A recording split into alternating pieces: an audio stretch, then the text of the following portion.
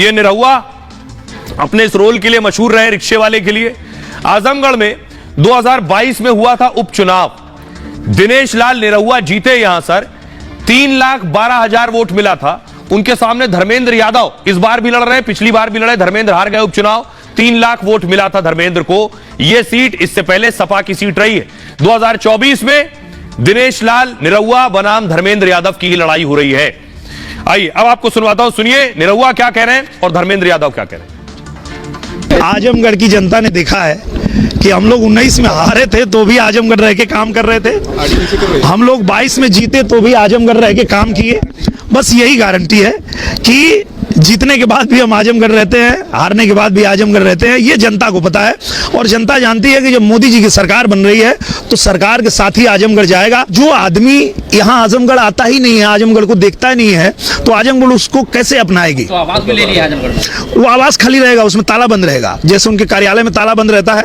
आजमगढ़ से धर्मेंद्र यादव हारेंगे, कन्नौज से अखिलेश यादव हारेंगे, तो इनको देश में और यादव दिखने लगेंगे। जब तक ये हारेंगे नहीं तब तक इनको देश में यादव दिखेंगे नहीं। तो ये यादव लोग भी कह रहे हैं, मैं तो जा रहा हूं जनता के बीच में, तो इस बार बुरी तरह से ये दोनों लोग हार रहे हैं।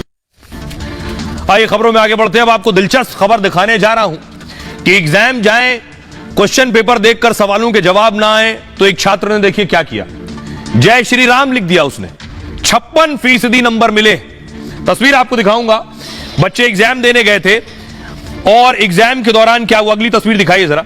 यह है वीर बहादुर सिंह पूर्वांचल विश्वविद्यालय जौनपुर की खबर है। तस्वीर देखिए जरा, पेपर में आपको दिखाने जा रहा हूं आंसर शीट। यह आंसर शीट आप देख रहे हैं, यह आंसर शीट में लड़के ने जय श्री राम लिखा हुआ है यहां पर, और जय श्री राम लिखने पर उसे नंबर मिले। अगली तस्वीर दिखाइए जरा, यह आप देख रहे हैं रोहित हार्दिक कोहली क्या क्या लिख कर आया, अब आप बखूबी समझ सकते हैं। लेकिन नंबर जो मिले उस नंबर पर बवाल हो गया। अब नंबर के बारे में पता कैसे चला, उसने लिखा क्या, जरा ये देखिए। हुआ दरअसल ये उसकी आंसर शीट भी देख रहे हैं आप। यूपी के जौनपुर में पूर्वांचल यूनिवर्सिटी का यह मामला है। जय श्री राम लिखने पर छात्रों को पास कर दिया गया।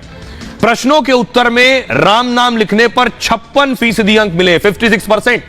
राज्यपाल के आदेश पर जांच के बाद नंबर 0 कर दिए गए। 56% नंबर देने वाले शिक्षक को बर्खास्त कर दिया गया।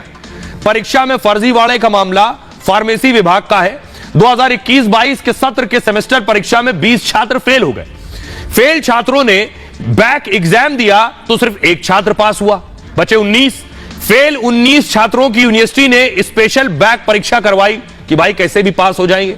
नियम है कि बैक में फेल होने पर सप्लीमेंट्री डाल सकते हैं, इसमें से भी सिर्फ 2 पेपर ही चेक कराए जा सकते हैं, जबकि यहां फेल सभी 19 छात्रों का स्पेशल बैक पेपर कराया। इस स्पेशल बैक पेपर में भी सभी छात्र पास हो गए। इस पर यूनिवर्सिटी के छात्र ने आरटीआई से जवाब मांग लिया। 18 छात्रों के रोल नंबर देकर 58 उत्तर पुस्तिका की मांग की गई। आरटीआई के जवाब में 48 उत्तर पुस्तिकाएं उपलब्ध कराई गई। कॉपियों में प्रश्नों के जवाब में जय श्री राम पास हो जाएं लिखा मिला, और कुछ छात्रों ने विराट कोहली, रोहित शर्मा, हार्दिक पांड्या के नाम लिख दिए थे। इन उत्तरों पर भी यूनिवर्सिटी की तरफ से पास कर दिया गया। इसके बाद आरटीआई डालने वाले छात्र उत्तर पुस्तिका के साथ राजभवन में इनकी शिकायत की गई, जिस पर बाहर से जांच कराने पर कुछ छात्रों के नंबर 0 किए गए, यानी 0।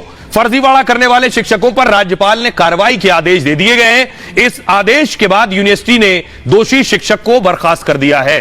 अब आगे बढ़ते हैं। आज कई नॉमिनेशन हुए, यानी नामांकन दाखिल हुए। उनमें से एक बीजेपी के नेता मनोज तिवारी भी शामिल हैं। मनोज तिवारी को आप देख रहे हैं, मनोज तिवारी पूजा पाठ कर रहे हैं और पूजा के बाद मनोज तिवारी नामांकन दाखिल करने पहुंचे। अगली तस्वीर देखिए जरा, मनोज तिवारी ने रोड शो किया। उनके साथ देखिए रक्षा मंत्री राजनाथ सिंह भी उनके साथ रोड शो में शामिल थे। ये अगली तस्वीर दिखा रहा हूं मैं आपको। दूसरी तस्वीर आप देख रहे हैं, मनोज तिवारी ने नामांकन भर दिया, लेकिन सीट दिलचस्प है जहां से मनोज तिवारी ने नामांकन भरा, इनके खिलाफ चुनाव लड़ रहे हैं। अगली तस्वीर दिखाऊं, कन्हैया कुमार। कन्हैया की आज की तस्वीर है, केजरीवाल की पत्नी सुनीता केजरीवाल से कन्हैया मिलने के लिए पहुंचे। अब आपको बताऊं, ये जो लड़ाई है मनोज तिवारी बनाम कन्हैया कुमार की लड़ाई है। दिल्ली की ये बड़ी दिलचस्प लड़ाई है। मनोज तिवारी तीसरी बार उत्तर पूर्वी दिल्ली सीट से उम्मीदवार है। 2014, 2019 में लगातार चुनाव जीत चुके हैं। हर बार जीत का अंतर बढ़ता गया है। इस सीट पर यूपी बिहार के वोटर की संख्या बहुत ज्यादा है। पूर्वांचल के वोटर के खिलाफ मनोज तिवारी लोकप्रिय भी हैं उनके बीच। क्षेत्र में अच्छी पकड़ के चलते बीजेपी ने उन पर भरोसा जताया है। वहीं कांग्रेस ने कन्हैया कुमार को उम्मीदवार बनाया है। इस सीट पर 21% मुस्लिम आबादी है। दिल्ली की मुस्लिम आबादी के बीच कन्हैया लोकप्रिय भी माने जाते हैं, इसलिए कांग्रेस ने उन्हें मैदान में उतार दिया है। आइए अब आपको सुनवाता हूं, सुनिए कन्हैया क्या कह रहे हैं और मनोज तिवारी क्या कह रहे हैं। दिल्ली के लोगों को भी कह रहा हूं कि आप सौभाग्यशाली हैं, आपके पास मौका है कि आप वोट दे पा रहे हैं, आपके प्रत्याशी टिके हुए हैं, तो आप वोट दीजिए, क्योंकि आपको जो ये वोट देने का अधिकार मिला है ये आपके पास रहेगा कि नहीं रहेगा, पूरे देश की सूरत जो है वो सूरत जैसी बन जाएगी। इस पर विचार करना चाहिए। इस बार का चुनाव नॉमिनेशन में दिख गया। मैं तीसरी बार नॉमिनेशन कर रहा हूं। मैंने ऐसी लोगों की संख्या सड़कों पे नॉमिनेशन में नहीं देखी। और ये लोग वो हैं जो कांग्रेस के टुकड़े टुकड़े की सोच का जवाब देने आए। हमारे यहाँ तो कांग्रेस ने जैसा प्रत्याशी दिया है उससे ज्यादा अगर बहुजन समाज पार्टी को वोट मिल जाए तो आश्चर्य मत करिएगा। एक कन्हैया आपके बगल में खड़े हैं, आपके साथ हैं, दूसरे कन्हैया तो विरोध में हैं। हमें तो कन्हैया मित्तल जैसे लोगों की जरूरत है जो खाटू श्याम बाबा की कृपा से इस देश को रफ्तार देना चाहते हैं, जो कहते हैं कि जो राम को लाए हैं हम उनको लाएंगे, भारत में फिर से हम भगवान लहराएंगे। मनोज तिवारी कन्हैया पर चुटकी लेते हुए कह रहे हैं कि कांग्रेस ने ऐसा कैंडिडेट उतार दिया है कि उससे ज्यादा वोट बसपा को मिल जाएगा। आइए आप एक और तस्वीर आपको दिखाने जा रहे हैं। निरहुआ को आप देख रहे हैं, दिनेश लाल निरहुआ ने भी नामांकन पर्चा भर दिया है। अगली तस्वीर दिखाऊं, आजमगढ़ से चुनाव लड़ रहे हैं, उनके सामने लड़ रहे हैं धर्मेंद्र यादव। धर्मेंद्र यादव को आप देख रहे हैं जिन्होंने नामांकन भरा है। तो